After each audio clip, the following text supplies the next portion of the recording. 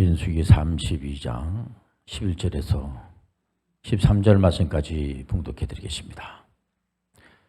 애굽에서 나온 자들이 20세 이상으로는 한 사람도 내가 아브라함과 이삭과 야곱에게 맹세한 땅을 결코 보지 못하리니 이는 그들이 나를 온전히 따르지 아니하였음이니라.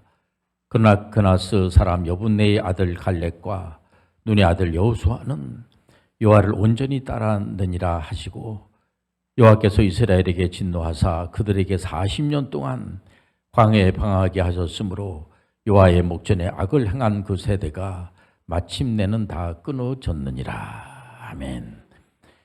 옆분하고 한번 웃으면서 반갑습니다 인사하겠습니다.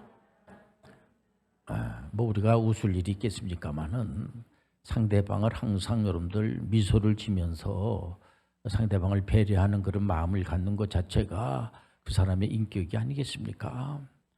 개혁에 성공한 사람, 오늘 설교의 제목이 되겠습니다. 왜 이런 제목을 잡을까요? 개혁에 성공한 사람. 여러분들 개혁에 성공하시길 바랍니다. 실패하지 말고, 인생은 한 번밖에 없어요. 두 번이 아닙니다. 우리는 이 땅에 오질 않아요. 우리 윤회적 세계관을 갖지 않습니다. 우리는 직선적 세계관이에요. 여러분들은 한 번밖에 없는 인생을 정말 개혁에 성공하시길 바랍니다. 개혁이라고 하는 것은 하나님이 다스리는 나라예요. 하나님이 다스리는, 하나님의 말씀대로 살라고 결심하는 것이 개혁의 사람의 특징이에요. 여러분들, 우리가 하나님의 말씀에, 창조주 하나님의 말씀에 피조물 사람들은 순종한다는 것 자체가 얼마나 귀한지 몰라요. 그리고 창세기 12장 보면은 뭐가 생각이 나요? 아브라함. 여러분들 다 아시죠? 믿음의 조상 아브라함. 하나님께서 메소포타미아, 거기 바벨탑 사건이 있지 않습니까? 바벨탑. 그러니까는 그 메소포타미아의 그 아브라함의 아버지가 뭐 했던 사람이냐면은 우상을 이렇게 숭배하는 그런 자들의 우상의 그 직기, 기물들을 만들어 가지고 직업이, 그런 직업을 가지고 있었던 사람이 아브라함의 아버지잖아요. 그러니까는 우리 하나님께서 아브라함을 선택을 할 때에 뭐 좋은 자리에 있는 사람을 선택하는 것이 아니라 죄 짓는 그런 자리에 있는 사람들을 하나님이 선택하시는 거예요. 하나님께서 아브라함이, 하나님, 제가 믿음의 조상이 되고 싶습니다. 저를 어떻게 한번 선택해 주실 수 없을까요? 그래서 선택된 게 아니고 하나님께서 기쁘신 뜻으로 아브라함을 선택하신 거예요. 우리도 하나님이 선택하신 거예요. 근데 하나님께서 하나님의 나라를 세우기 위해서 그냥 이 우주 만물이 다 하나님의 땅이고 하나님의 것이니까 이거 다 내 거야, 하나님의 나라야, 이렇게 선포하지 않습니다. 하나님은 하나님의 나라를 세우는 걸 이렇게 보세요. 아브라함을 딱 선택하셔가지고 그 가문을, 한마디로 아브라함의 가문을 사용을 하십니다. 아브라함의 아드님 이삭이잖아요. 그 신앙생활을 훈련을 시켜가지고 그 아드님이 야곱이고, 그래서 아브라함의 하나님, 이삭의 하나님, 야곱의 하나님, 그 야곱의 아드님이 요셉이잖아요. 요셉이 애굽의 노예로 팔려가가지고 그 총리 대신이 되는데, 요셉이 그렇지 않습니까? 그 노예로 팔려와가지고 총리 대신이 그 형들이 팔았지 않았습니까? 그러니까 형님들한테 그러잖아요. 형님들이 날 여기에 보낸 거는 우리 가족들을 굶어 죽게 되는 상황에서 살리기 위해서 날 이곳에 보낸 거예요. 이러면서 70명이나 됩니다. 그 총리가 되지 않았습니까? 총리의 그 가문이 다 해가 한 70명 됩니다. 70명이 되는데 그 애굽에 계속 있는 게 아니에요. 하나님께서 아브라함을 선택을 할 때에 가나안 땅을 점령하라는 게, 가나안 땅까지 가라는 거예요. 가나안 땅을 점령하라고. 이제 가나안 땅은 하나님의 땅, 가나안이라고 하는 데는 정말 기도하지 않고서는 살 수 없는 곳이에요. 아주 힘들죠. 그런 땅을 점령하라는 겁니다. 근데 애굽에서 계속 있으면 안 되지 않습니까? 그러니까 애굽에서 430년이 됐는데 이제 이 사람들이 가나안 땅을 가야지 돼요. 가나안 땅을 점령을 해야 돼요. 그러니까는 하나님께서 이스라엘 사람들을 430년 동안 그래 노예 생활하지 않습니까? 430년 동안 노예 생활하는데 그때 모세를 하나님이 세우셔가지고 그 이스라엘 백성들을 해방시켜라. 그게 바로 출애굽이란 말이에요. 출애굽. 근데 모세가 구약 선지자의 대표인데 이분이 하나님을 대면하고 하나님의 명령대로 움직이는 사람이 모세예요. 모세 선지자인데 이 모세 선지자가 이스라엘 사람들을 애굽에서 다 해방시키고 난 다음에 그로 끝나는 것이 아니고요. 그 다음에 가나안 땅을 점령해야 되는 거예요. 가나안 땅을. 하나님께서 모세한테 준 숙제는 뭐냐? 바로 가나안 땅을 점령하는 거예요. 가나안 땅을 완벽하게 점령하는 거예요. 그래서 모세가 굉장히 이분이 신앙생활을 잘하시고 탁월하신 분이 아니겠습니까? 모세가. 그래서 이 모세가 이제 가나안 땅을 점령하기 위해서, 정복하기 위해서 이스라엘은 12지파로 되어 있지 않습니까? 12지파에 대표되는 사람들을 한 사람씩 이렇게 이제 추천해 가지고 대표들이 각 지파별로 한 사람씩 대표가 돼 가지고 가나안 땅을 점령하기 전에 그 땅을 정탐을 가서 정보를 알아야 되잖아요. 그 정복을 하기 전에 가서 정탐을 하러 가기 위해서 12정탐꾼을 보냈어요. 모세가 잘 교육을 시켜가지고 그 가나안 땅을 정탐하러 오라니까는 가서 이렇게 이제 정탐을 하고 와서 보고를 하는 겁니다. 그 정탐한 사람들이 보니까 가니까 정말 거기가 그냥 그 포도가 그냥 과일이 그리고 가나안 땅 점령할 만한 그런 땅이란 말이에요. 보니까요 먹을 게 많이 있고 거기가 보니까는 그 과실이 많이 있고 그런데 어떤 그 또 지파에서 이런 얘기를 합니다. 근데 그 가니까 키가 크고 키가 막 장대처럼 크고 그 이제 그 거인 족속들을 본 것 같아요. 이러니까 가만히 듣다가 이거 그림의 떡이네. 그거 뭐 괜히 그 가나안 땅 정복해러 갔다가 우리가 뭐 죽을 일이 있습니까? 그러면서 이렇게 처음에 이렇게 듣다가 부정적인 그런 생각이 갑자기 들면서 하나님은 가나안 땅을 점령하라는 거예요. 그게 개혁의 중심에 있는 거예요. 그런데 우리는 개혁의 사상에 하나님의 말씀이 있음을 아시길 바랍니다. 근데 가만히 이게 돌아가는 이게 분위기를 보니까 괜히 말이야 그 애굽에서 노예 생활할 때가 도리어 좋다 이거야. 그러니까 우리가 모세를 지도자에서 파버리고 다른 지도자를 세워가지고 아예 도리어 애굽으로 가자 말이야. 그런 억측을 쓰는 사람들도 있고 막 덤비고 막 소리 질러대고 한쪽에서는 또 막 울고. 근데 거기에서 갈렙하고 유다 지파의 지도자 되는 사람이 이제 갈렙이 아닙니까? 갈렙이 조용히 하라고 그냥 가서 그 다 뺏으면 됩니다. 가나안 땅 점령하면 정복하면 됩니다. 그러니까 여호수아하고 에브라임 지파의 대표인 여호수아하고 갈렙만 긍정적으로 가나안 땅 점령할 수 있습니다. 정복할 수 있습니다. 왜 이런 설교를 왜 제가 오늘 이 주일날 왜 합니까? 이런 설교를 이건 그 이스라엘 사람들이 과거에 그런 역사가 있었지. 그래 맞아. 그런 역사가 있어서 그 가나안 땅을 정복을 할 때 10지파의 그 정탐꾼들은 반대하고 또 거기 있는 모든 그 백성들이 다 울고 난리쳐 가지고 하나님이 화가 나셔 가지고 하나님께서 너희들은 가나안 땅 정복 못 하겠구만 저 친구들 이래 가지고 그 광야 생활에서 다 죽었잖아요. 다 죽고 죽인다는 게 하나님 직접 죽이시고 이런 게 아니고 시간을 사람은 언젠가 죽게 돼 있어요. 시간을 기다리는 겁니다. 하나님께서. 그래서 그 반대했던 사람들이 다 죽을 때까지 기다렸다가 다 죽어버렸어요. 다 죽고 20세 정도 아주 젊은 사람들하고 갈렙하고 여호수아 갈렙하고 여호수아가 가나안 땅을 점령하는 거예요. 개혁에 성공한 사람이 됐어요. 여러분들도 개혁에 성공하는 사람들이 되시길 바랍니다.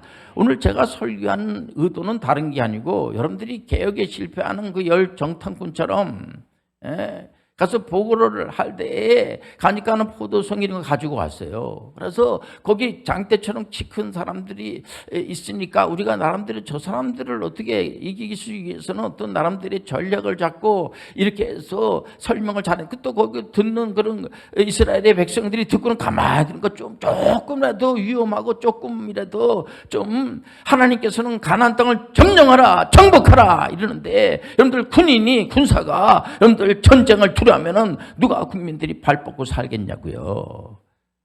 학생이 여러분들 공부하는 게 시험 보는 게 두려우면은 아마 지옥일 겁니다. 여러분들 신앙생활하는 사람들이 교회 오는 것이 두려우면은 그게 뭐 신앙생활 한다고 얘기할 수가 있겠습니까? 여러분들 신앙생활하는 것을 귀하게 여기시길 바랍니다. 하나님의 말씀에 명령에 순종한다는 사실 아시고 전진하시길 주의 이름으로 축원합니다. 얼마나 귀한지 몰라요. 그러니까는 이스라엘 백성들이 어려움을 당하는 거예요. 이분들이요. 왜 어려움을 당하냐면 하나님께서는 자기 백성들을 미워서가 아니고 훈련시키기 위해서 이스라엘 사람들이 툭 하면 여러분들 남의 나라의 노예로 잡혀가고 하는 것이 다른 게 아니라 하나님을 안 섬겨요. 하나님을 섬겨야지 될 이스라엘 사람들은 하나님 섬긴다는 거 다른 사람들이 다 알아요. 저 사람이 하나님 믿지. 근데 이 사람들 바알신 앞에 가서 절하고 말이에요. 신앙생활하는 거 안 하는 겁니다. 그렇기 때문에 이 사람들이 너무 힘들어하는 거예요. 보면은. 그래서 이스라엘 백성들이 바로 여러분들 이 개혁적 신앙을 가져야 되는데 하나님 말씀대로 살아야지 돼요. 우리는 하나님의 선택받은 자들로 하나님의 말씀대로 살아가시길 바랍니다. 오늘 예배드리고 하는 것이 옳은 일하고 있다는 걸 아시길 바랍니다. 이상한 게 아니에요. 여러분들 귀한 사역을 하고 있다는 걸 아시길 바랍니다. 그러니까 이 시점에서 우리가 2004년도에 로잔 포럼에서 앞으로 21세기에는 어떻게 선교를 전도를 하면 좋겠습니까? 했을 때 비즈니스 에즈 미션으로다가 하면 참 좋지 않겠습니까? 레포트를 하나 작성을 했어요.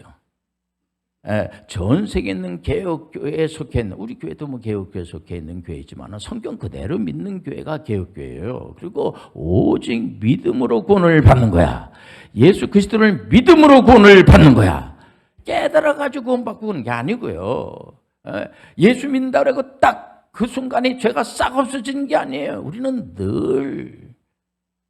죄 가운데 노출되어 있고, 여러분들 우리는 예수 믿어도 딱 믿는다고 해서 죄가 싹 없어지는 게 아니에요. 우리는 늘 회개 기도를 하셔야 돼요. 늘 기도하시길 바랍니다. 기도는 영혼의 호흡임을 하시길 바랍니다.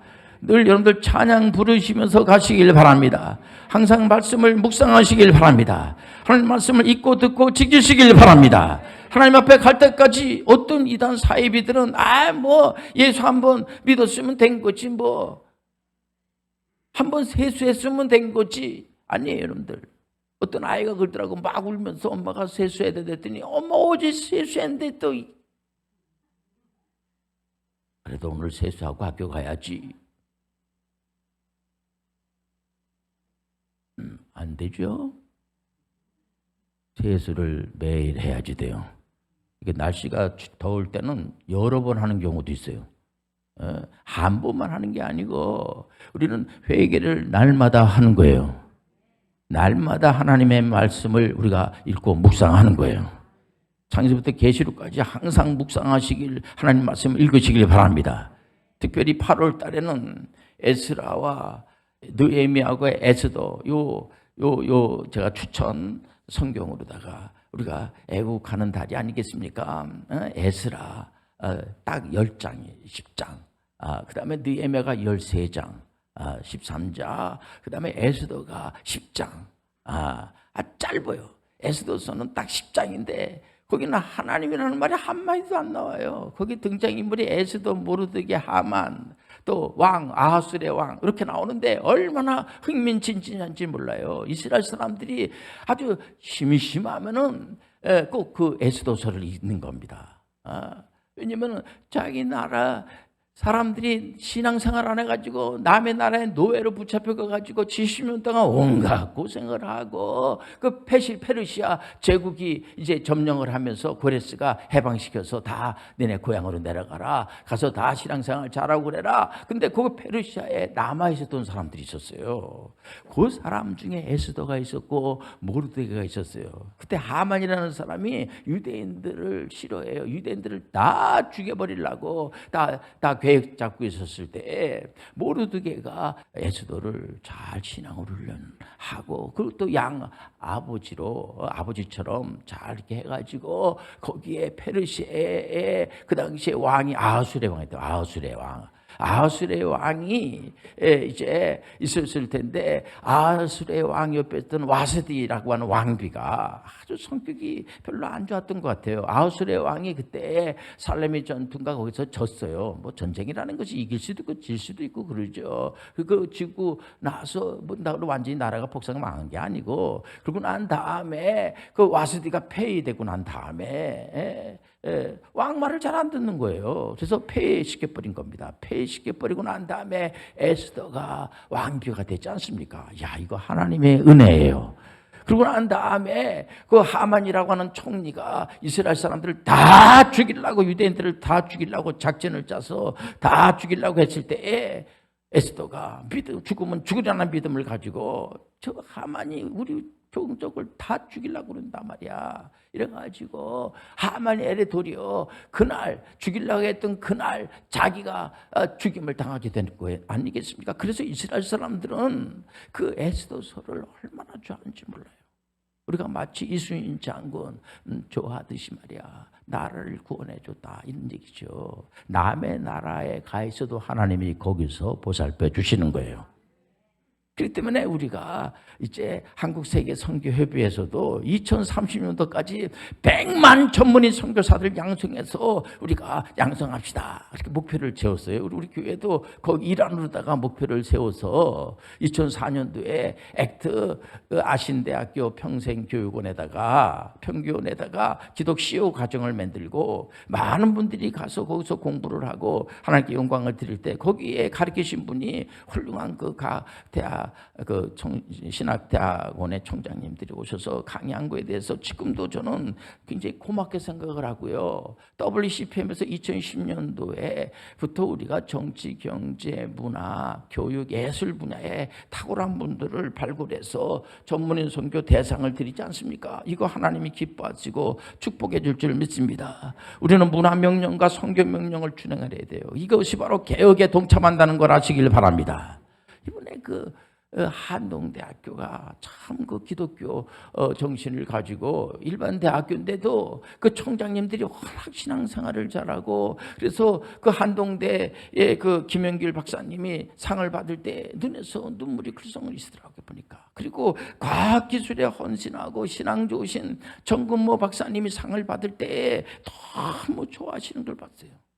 평생 의료 선교, 많은 후학들을 가리키고 병원에서 이제 환자를 돌봤던 그런 박종모 박사님 같은 경우에 상을 받으시면서 어린아이처럼 우리 교회에 와서도 이제 강의도 하시고 그렇지 않습니까? 목소리가 얼마나 찌렁찌렁 하시는지, 이게 전부 개혁에 동참하시는 분들이에요. 여러분들 개혁에 동참하시길 바랍니다. 그래서 세계 전문인 선교사들을 양성하시고 가르치시는데 참여한 평생 그 합신해서 교수 사역을 하시고 난 다음에 각 신학대학교에서 3군데서 총장 그 사역을 하시고, 그리고도 지금도 이제 우리 액트 전문인 선교사 과정에 와서 그 가르치는 박형영 박사님 같은 경우도 얼마나 감사한지 몰라요. 개혁에 동참하는 거예요. 평생 여러분들 그 경제학 경제학 박사를 이제 외국학 가서 받아가지고 오셔가지고 최재선 박사님 같은 경우에는 일반 대학교, 중앙대학교 안에다가 교회에서 설교도 하시면서 많은 후학을 가르치고, 이분은 아예 전문인 선교 대상까지 받으셨어요. 이런 분들이 얼마나 앞장서서 전문인 선교에 모범을 배주는지 하나님이 기뻐하시는 일에 앞장선 거예요. 저는 예수님께서 처음에 오셔가지고 병든 자를 보면은 고쳐주시고 약한 사람들을 강하게 해주시고 특히 귀신 들려서 힘들어하는 사람들도 보면은 예수님께서 불쌍히 여기시면서 그 당시에 유대인들은 병들고 귀신 들고 힘든 사람들을 보면은 저거 다 죄졌기 때문에 저런 것들은 저렇게 병들고 저렇게 엉망으로 살다가 죽어버리는 게 싸 이렇게 했던 사람들을 예수님은 불쌍한 마음을 가지시고 예수님은 죄를 가지고 있는 사람들 때문에 오셔서 죄를 다 용서해 믿기만 하면은 죄사함의 은총을 받게 되는 거예요. 그럼 얼마나 감사해요. 예수님은 여러분들 그분이야말로 예수는 그리스도시고 그분이야말로 구세주고 그분이야말로 하나님이라는 사실 아시길 바랍니다. 이분께서 예수님의 그 은혜를 많이 받은 그런 분들을 이렇게 데리고 전부 산에 대고 산에 막 오네. 산에 올라간 거예요. 그래서 마태복음 5장, 6장, 7장에 보면은 산상수훈이라고 그러잖아요. 산에 막 데리고 올라가가지고 그때 병들고 낫고 막 귀신 들려서 낮은 그런 사람들이 선생님이 갑자기 산에 올라가가지고 설교를 직접 하는 거예요. 그 설교를 직접 하는 것이 산상수훈이잖아. 기가 막힌 설교를 하세요, 이분이. 심령이 가난한 자가 복이 있어요.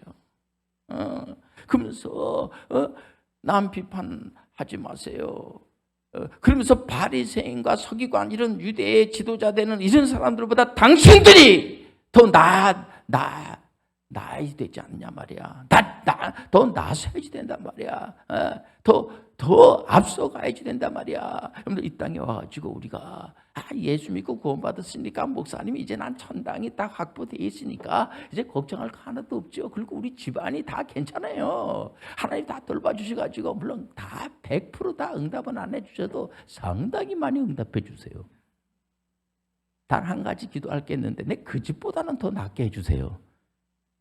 근데 그게 여러분들 신앙생활 잘하는 사람들의 태도가 아니에요.